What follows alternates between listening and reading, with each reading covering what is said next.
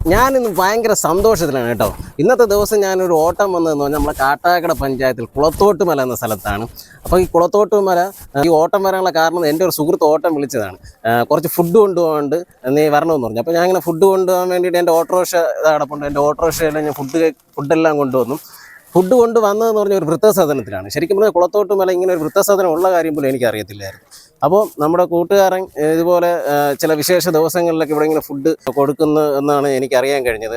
പക്ഷേ ഇന്ന് മറ്റ് ഏതൊരു ദിവസത്തേക്കാളും ഭയങ്കര ഒരു സന്തോഷമുള്ളൊരു ദിവസമാണ്. കാര്യം ഇവിടെ വന്നപ്പോൾ കുറേ പ്രായമായ അപ്പൂപ്പന്മാരും അമ്മാവന്മാരും എല്ലാവരും ഇരിപ്പുണ്ട്.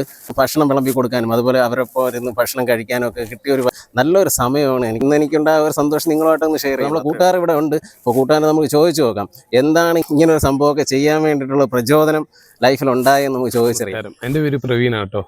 ഞങ്ങൾ 2006 കാട്ടാക്കട ക്രിസ്ത്യൻ കോളേജിൽ നമ്മൾ ഒരുമിച്ച് പഠിച്ചതാണ്.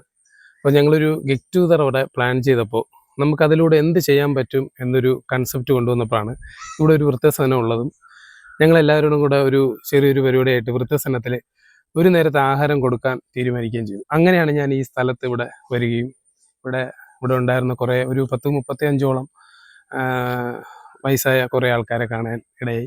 അന്ന് മുതൽ മനസ്സിലൊരു ആഗ്രഹമാണ്, പറ്റുന്നത് പോലെ എനിക്ക് ചെയ്യാൻ പറ്റുന്നത് പോലെ എല്ലാ വർഷവും ഇവിടെ വന്ന് എന്തെങ്കിലും ഒരു ആഹാരം, നമ്മൾ ജീവിക്കുന്ന തന്നെ ഒരു നേരത്തെ ആഹാരം കഴിക്കാനാണല്ലോ.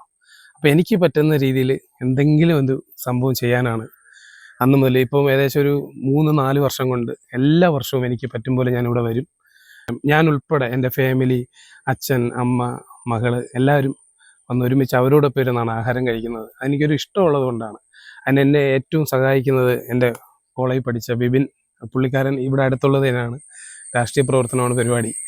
അതിൻ്റെ ഇടയ്ക്കൂടെ വിളിക്കുമ്പോൾ സമയമില്ലാത്ത സമയത്ത് ഓടി വന്ന് കാര്യങ്ങൾ ചെയ്യുകയും, ഞാനിത് ചെയ്യുന്നതിലൂടെ എൻ്റെ വോയിസ് നിങ്ങൾ കാണുന്നുവെങ്കിൽ നിങ്ങൾക്കും പറ്റും പോലെ ഒരു നേരത്തെ ആഹാരം അവർക്ക് കൊടുത്താൽ വളരെ സന്തോഷം. നമ്മളിതൊന്നും കൊണ്ടുപോകുന്നതല്ലല്ലോ. Okay, by.